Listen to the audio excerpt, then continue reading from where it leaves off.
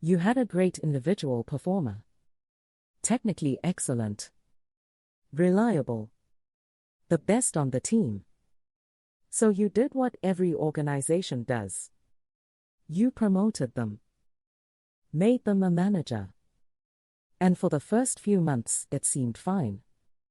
Then the callouts started climbing. FMLA requests on that team went up. Your engagement scores dipped. Quality slipped. Experience scores softened.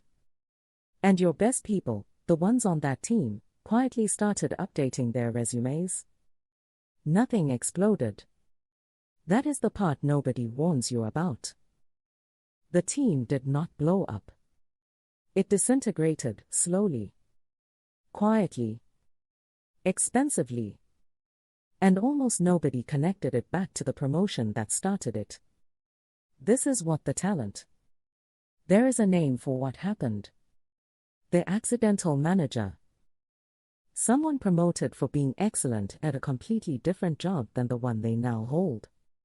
Here is the analogy that captures it. Take your best pilot. Promote them to air traffic controller. They understand flying brilliantly. But air traffic control is a different skill entirely, managing many aircraft at once, rapid decisions with incomplete information, communicating under pressure with people whose safety depends on your clarity. Being an excellent pilot does not make you an excellent controller. Being an excellent individual contributor does not make you an excellent manager. They are different jobs, requiring different skills. And here is the uncomfortable part. The accidental manager phenomenon is not an edge case. It is the default way most organizations create leaders. We promote for technical prowess. We hope leadership shows up on its own. And when it doesn't, we treat the fallout as a personnel problem instead of what it actually is, a design failure. Let me put numbers on this. Because until this shows up in dollars, leadership treats it as a soft problem. It is not a soft problem.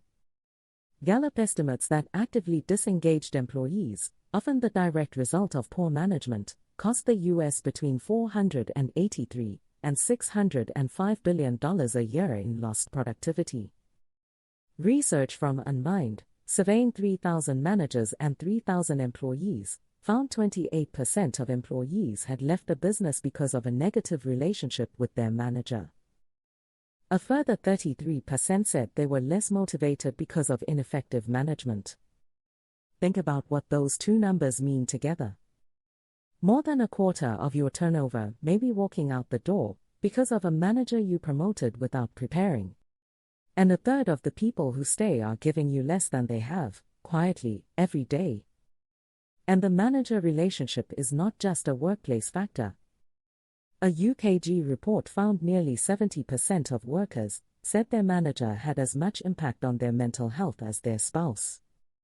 Over half said their manager had a greater impact than their doctor. Now connect that to what you actually see on the ground when this happens. And this next part is not from a report. This is 2 decades of watching it unfold. When a team gets an unprepared manager, the distress does not stay hidden. It surfaces in the data you already collect. Callouts increase. FMLA usage climbs as people reach for the only protected time available to them. Quality scores decline. Customer and patient experience scores soften. And morale, the thing you cannot put a number on directly, shows up indirectly in every one of those metrics at once. The accidental manager is not a line item. That is exactly why they are so expensive. The cost is smeared across 5 different reports owned by 5 different people who never sit in the same room. If the cost is this clear, why does every organization keep doing it? 3 reasons. Reason 1. Promotions happen fast. Promotions happen quickly, in response to business need and individual performance, on timelines that do not accommodate a real development program. The role opens Friday, somebody has to run the team Monday. There is no time built in to develop the person first.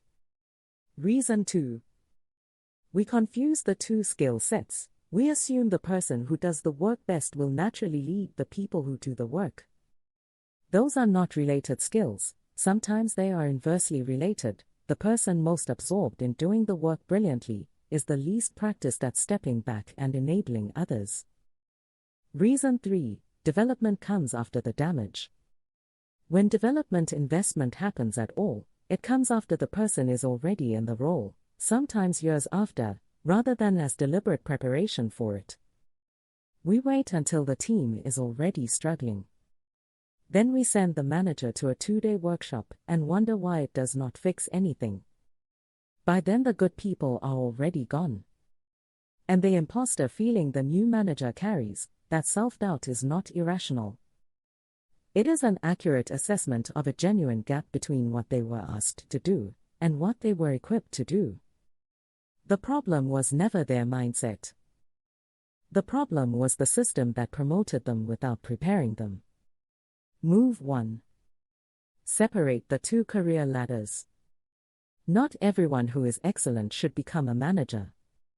Some of your best people want to go deeper in the craft, not manage the people doing it.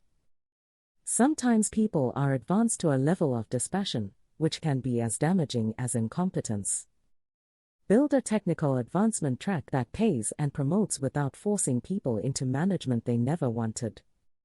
You stop losing great specialists to mediocre management roles. Move 2. Develop before, not after. The person you are about to promote should be building leadership skills before the title lands, not 2 years into the damage. Identify high potentials early. Give them small leadership reps, a project, a mentee, a working group, before you hand them a team. The development has to precede the promotion. Move 3. Measure the leading indicators. The costs of an accidental manager show up in your data before they show up in turnover. Call-out patterns. FMLA usage by team. Engagement dips. Quality and experience trends. High labor turnover on one team is an early warning sign of poor management. Build a dashboard that connects those signals to specific managers before the exit interviews pile up. Move 4. Make the cost visible to finance. This is the move that changes the conversation. Right now, the cost of accidental managers is invisible because it is fragmented across 5 reports. Pull them together. On the teams led by managers promoted in the last 18 months without development, here is our call-out rate, our FMLA usage, our turnover, and our quality scores, versus teams led by developed managers. Here is the delta in dollars.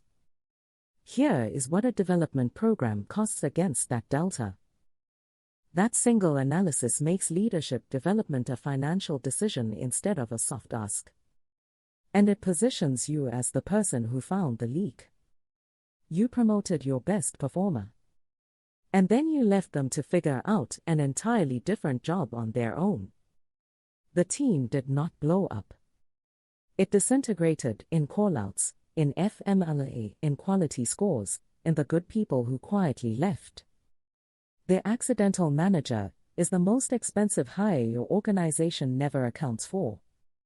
Separate the ladders. Develop before you promote.